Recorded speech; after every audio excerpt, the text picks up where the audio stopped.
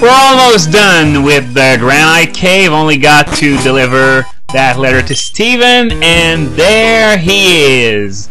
So yeah, his excuse for being there is that he likes rare stones.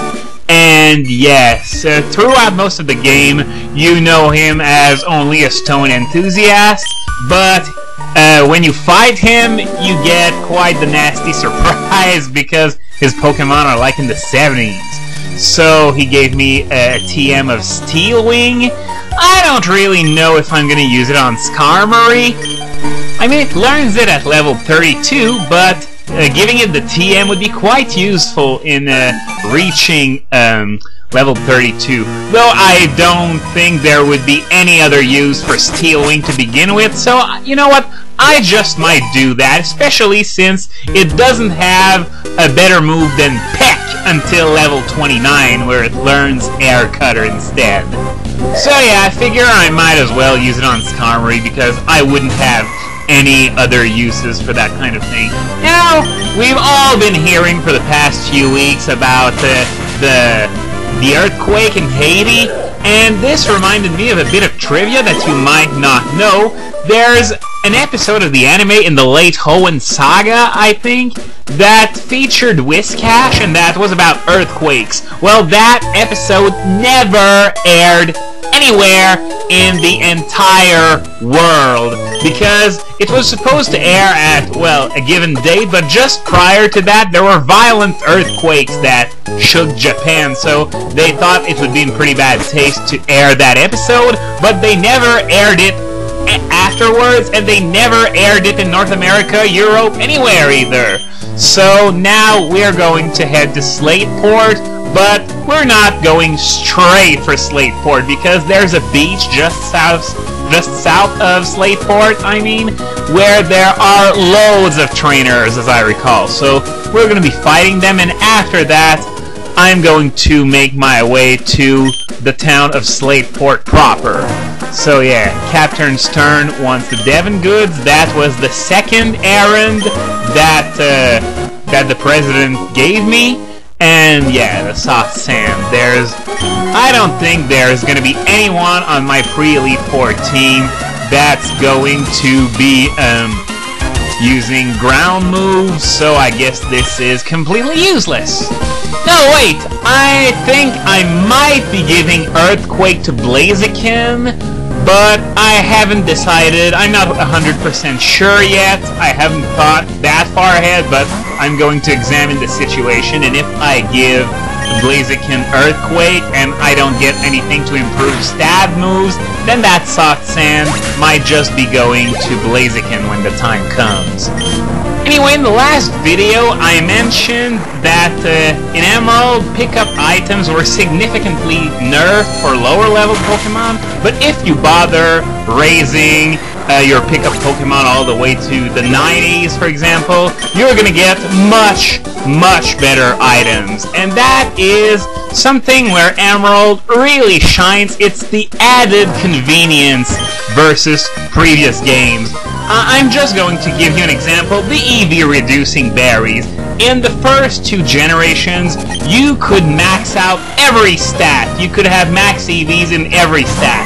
But nowadays, how it works is that you've got 510 EVs to distribute in various stats, and of course the last two are completely useless, so for all intents and purposes, you're distributing 508 EVs instead, because 4 EVs equal 1 stat point at level 100. So you can give up to 255 EVs in one stat, but I don't suggest going past 252 for the same reason.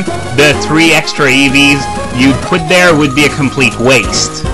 So the bottom line is that you can't max anything anymore. You could max 2 stats or go halfway with 4. There are endless numbers of combinations that you can do. But the point is that if you mess up your spread, it's really convenient to have something to reduce your EVs instead. If your EVs in a given stat are above 100, they lower it to 100, and if they're at 100 or below, they lower it by 10 instead. Those are berries 21 through 26, by the way. So that's one example of convenience introduced in Emerald. There's another trick that's, I think, started in Emerald as well. It's that if you breed a Pokemon with an Everstone, you have a chance of passing on the nature to the baby Pokemon that you're trying to make. So that's really convenient once again. So you have to breed less eggs in order to get the nature that you want. And while it doesn't fall under the realm of convenience, one thing that's new to Emerald, Azurill!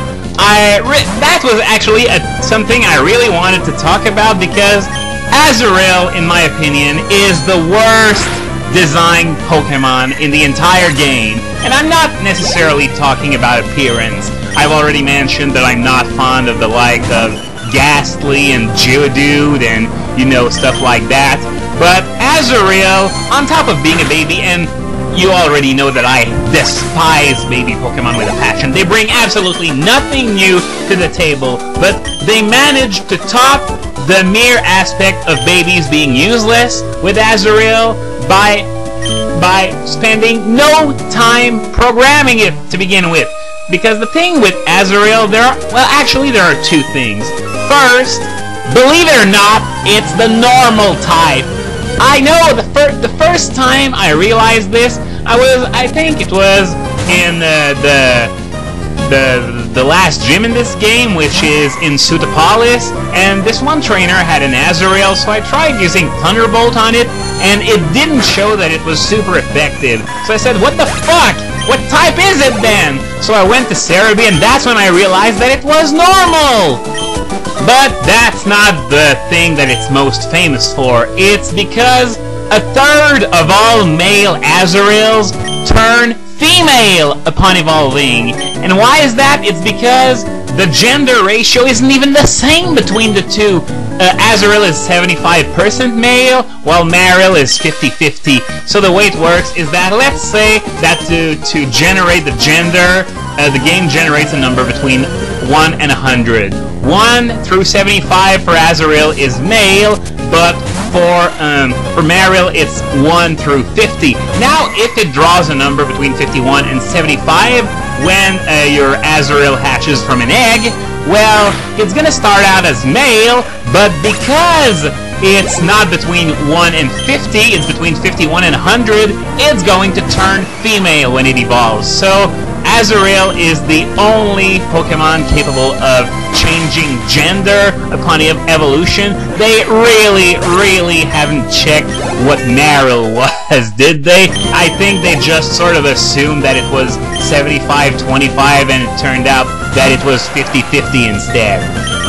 So that's why I say it's the most poorly designed Pokemon in the game. Nothing even comes close to that incredible blunder on their part.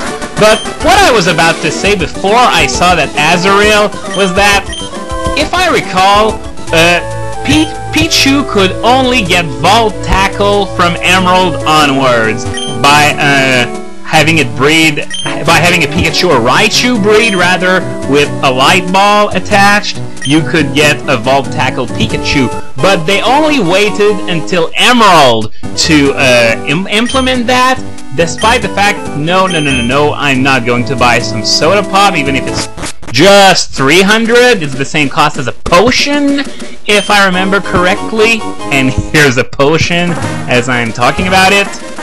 But yeah, why they didn't enable Volt Tackle from the start, well, it's a mystery to me. I don't understand. But if you count this as them actually thinking ahead of time, I think this is the only occurrence where they actually thought of something way ahead of time in that fashion.